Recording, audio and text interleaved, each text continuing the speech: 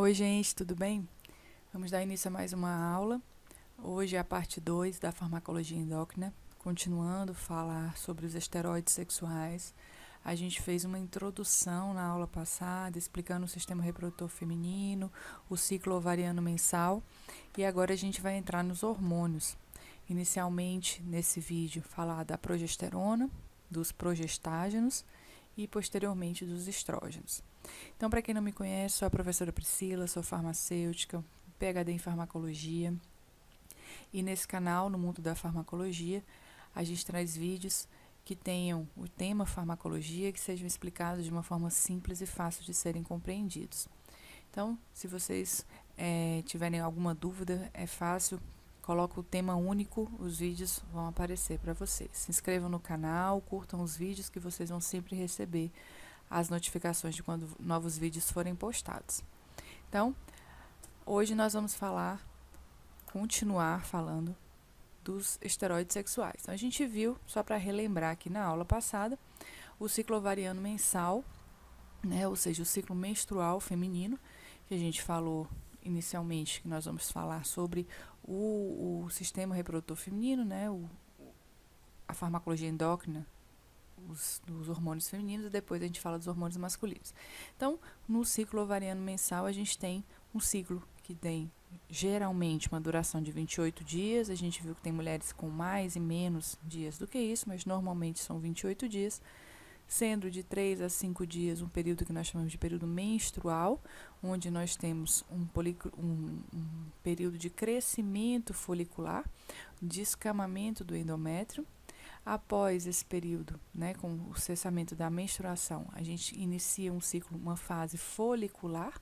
Nessa fase folicular, nós temos o endométrio proliferativo. Então, nessa fase folicular, eu tenho um aumento do hormônio FSH, folículo estimulante, porque eu estou estimulando esses folículos a crescerem, a se desenvolverem, a amadurecerem, né, a maturação deles. A gente tem o aumento do FSH e também nós temos aumento de estrógeno. Né? Então, o endométrio começa a se desenvolver.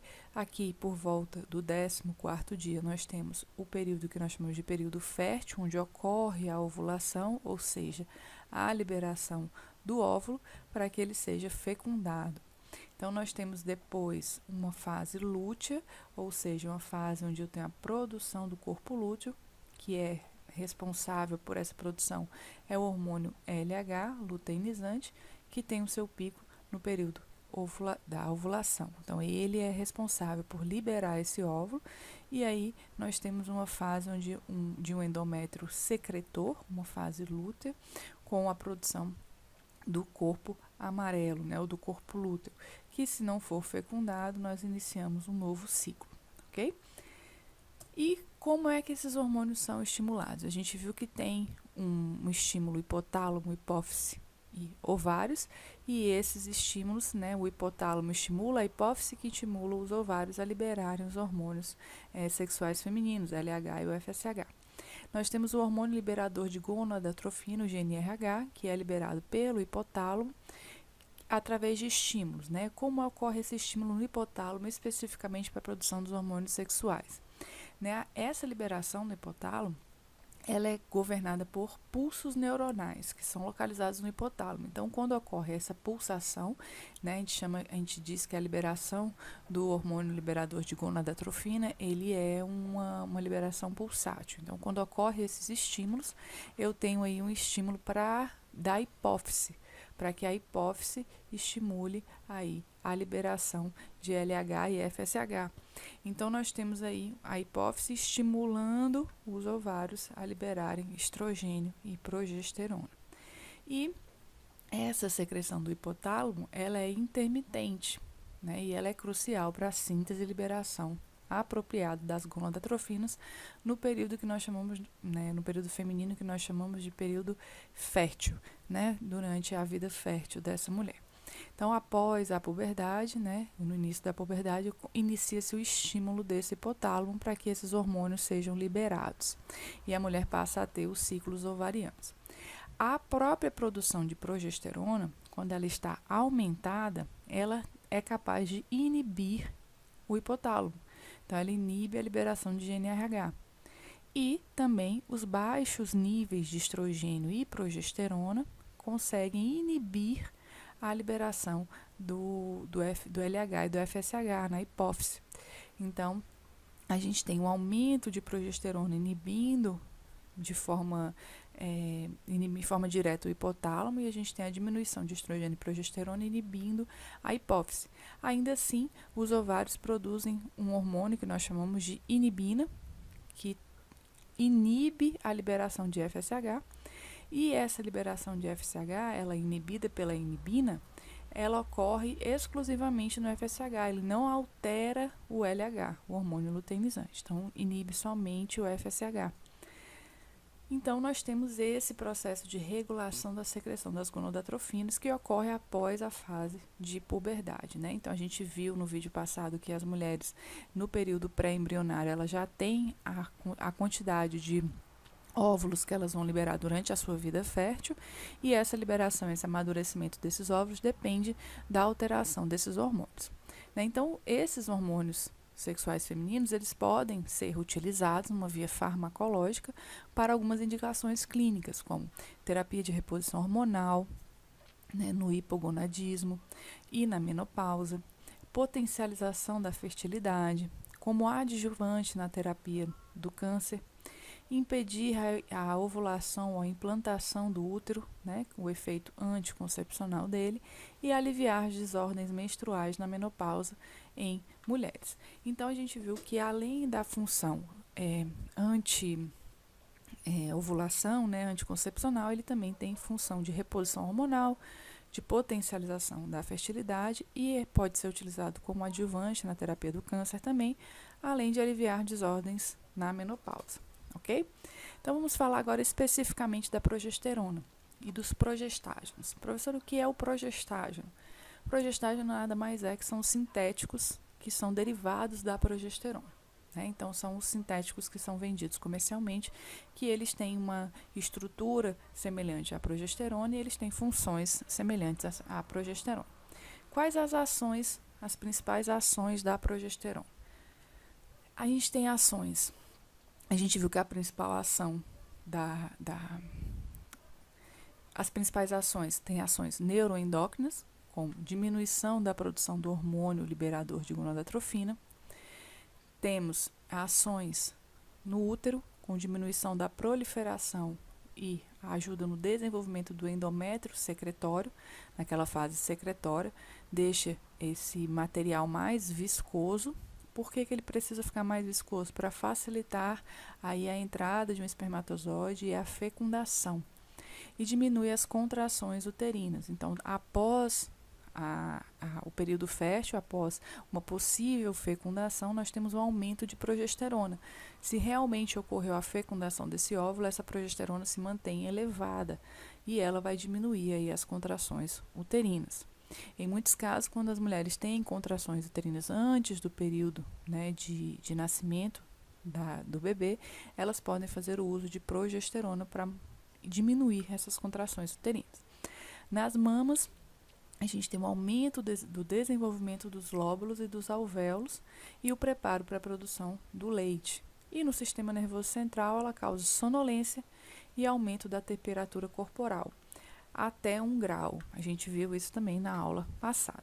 Então, as principais ações no sistema reprodutor feminino, a gente pode dizer que é a inibição da secreção do hormônio luteinizante, que vai inibir a ovulação. Então, após o período ovulatório, eu tenho um aumento de progesterona e isso vai fazer com que você iniba a ovulação. Se for ocorrer uma fecundação, essa inibição vai ficar até o final dessa gestação. A alteração desse muco cervical, né, para que esse espermatozoide tenha maior resistência. Então, se eu aumentar a quantidade de progesterona, a função da progesterona é manter o óvulo fecundado dentro do endométrio, né, fixado. Então, a função dela é essa. Então, ela vai dificultar a ascensão de espermatozoides, aumenta a resistência desses espermatozoides. Ela causa uma atrofia dessas glândulas endometriais, interferindo aí na implantação. E a alteração na motilidade e secreção das trompas, impede o transporte de ócitos e embrião. Por que tudo isso? Porque parte do pressuposto que quando a gente aumenta a progesterona, quer dizer que houve fecundação, ok? Então, a progesterona é derivada do colesterol, né? Então, ela vem aí da pregnenolona. Nós temos a progesterona e um derivado direto dessa progesterona é o 17-OH progesterona. Então, esse é um derivado, é um progestágeno derivado direto da progesterona. Nós temos outros derivados, progestágenos sintéticos, como o gestodeno, e norgestimato, que, se a gente observar, tem a mesma estrutura, né, mantém uma estrutura básica semelhante à progesterona. Então, qual a origem desses progestágenos? Né, a gente tem, eles podem ser originados da 19-nortestosterona, da 17-alfa-hidroxiprogesterona ou da 17-alfa-espirinolactona. Então, se ele for derivado da 19-nortestosterona, como o próprio nome já diz, ele vai ter ações androgênicas, porque ele é derivado da testosterona. Então, nós temos a noretisterona, que foi lançada em 1954, o levonorgestrel, de 1963, o gestodeno e o desogestrel, de 75, e o norgestimato, de 77. São progestágenos originários da nortestosterona, com ações androgênicas. Os que são derivados da 17-alfa-hidroxiprogesterona, eles têm ação progestínicas, ou seja, ações semelhantes à da progesterona. Então, a gente tem o caproato de hidroxiprogesterona, de 54, o acertato de clormadinona, de 60, e o acertato de ciproterona, de 61. E eles ainda podem ter podem ser sintetizados a partir da 17-alfa-espirinolactona. Então, eles têm uma ação semelhante à espironolactona, uma ação de inibição da aldosterona, como a drospirenona, que é o mais recente, de 1987. Então, vamos entender o que essas origens vão alterar a atividade biológica desses fármacos, né? Então, nós temos aqui os progestágenos, que são derivados aí da progesterona. A gente viu com algumas derivações diferentes, mas todos eles têm uma função, né, inicial, uma primeira ação de inibição da ovulação. Então, todos eles têm uma ação de inibição da ovulação. Aí a gente pode ver aqui que o noretinodrel, ele já tem uma ação não tão potente como os outros de ação progestogênica, de inibição da ovulação. Eles têm ação antiestrogênica. O que é uma ação antiestrogênica? Que vai inibir a ação do estrógeno.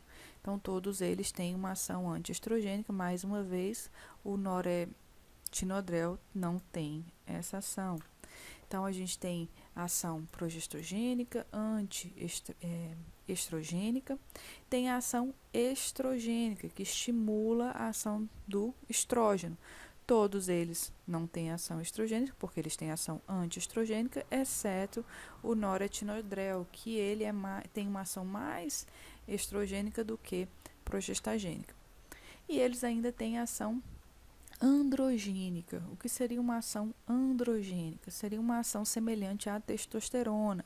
Então, esses fármacos que têm uma ação androgênica, eles acabam causando mais acne, mais seborreia nessas mulheres. Então, eu tenho aqui a medroxiprogesterona, nós temos o noretinodrel de novo e, principalmente, esses, o levonorgestrel, norgestimato, desogestrel e o gestodeno, que tem uma ação androgênica maior.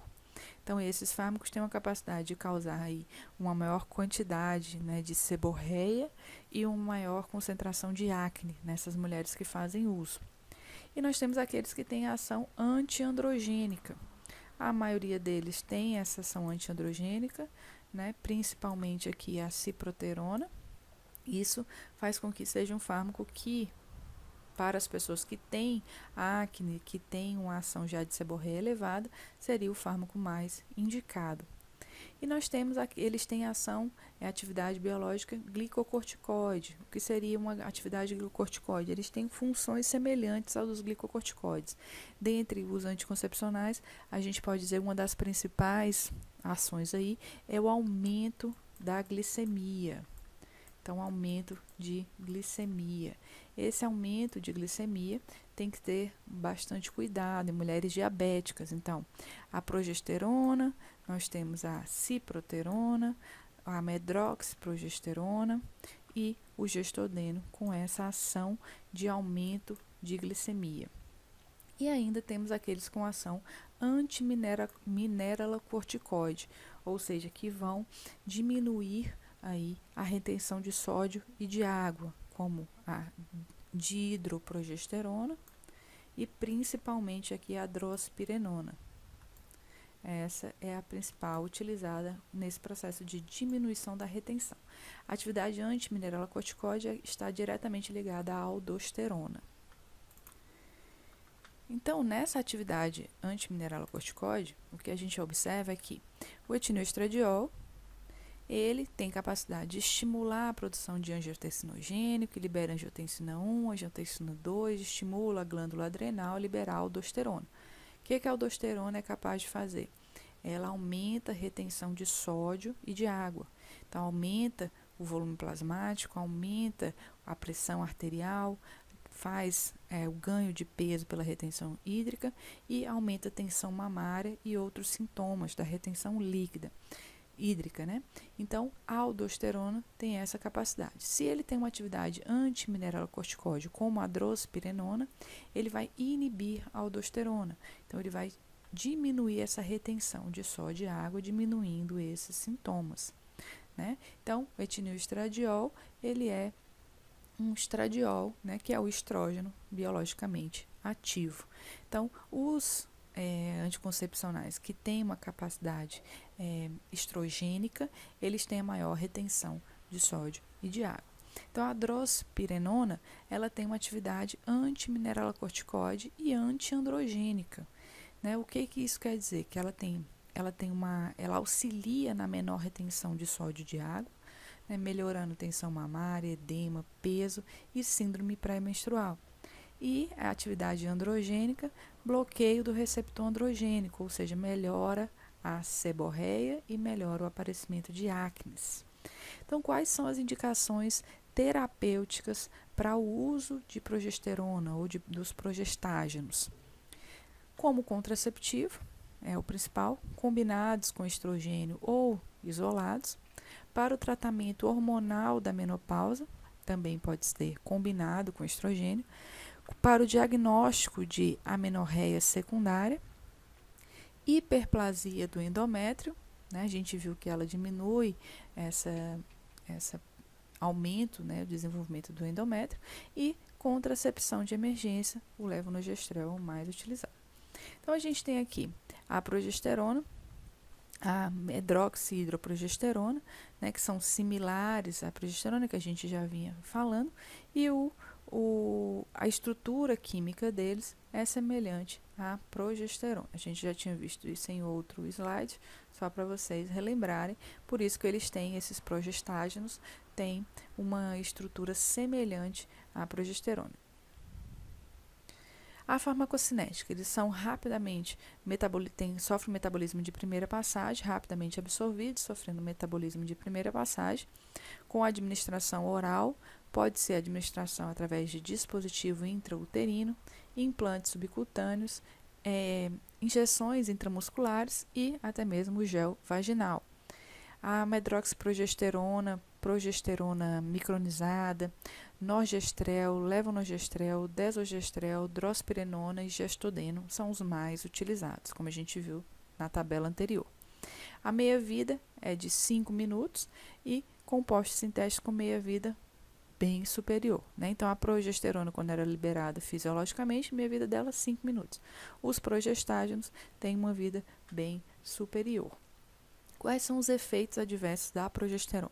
Então, aumento de apetite e ganho ponderal, Por isso que as mulheres no início do gestacional, elas têm um ganho ponderal grande e um aumento do apetite por causa da progesterona que vai se manter elevada até o final da gestação.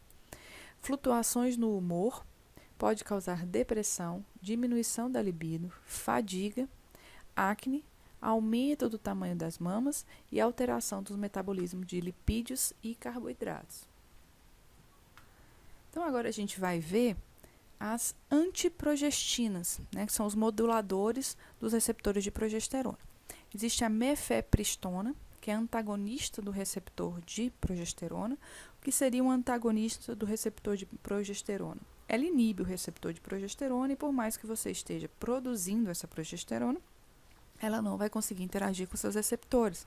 Então, ela vai ter uma ação contrária da progesterona.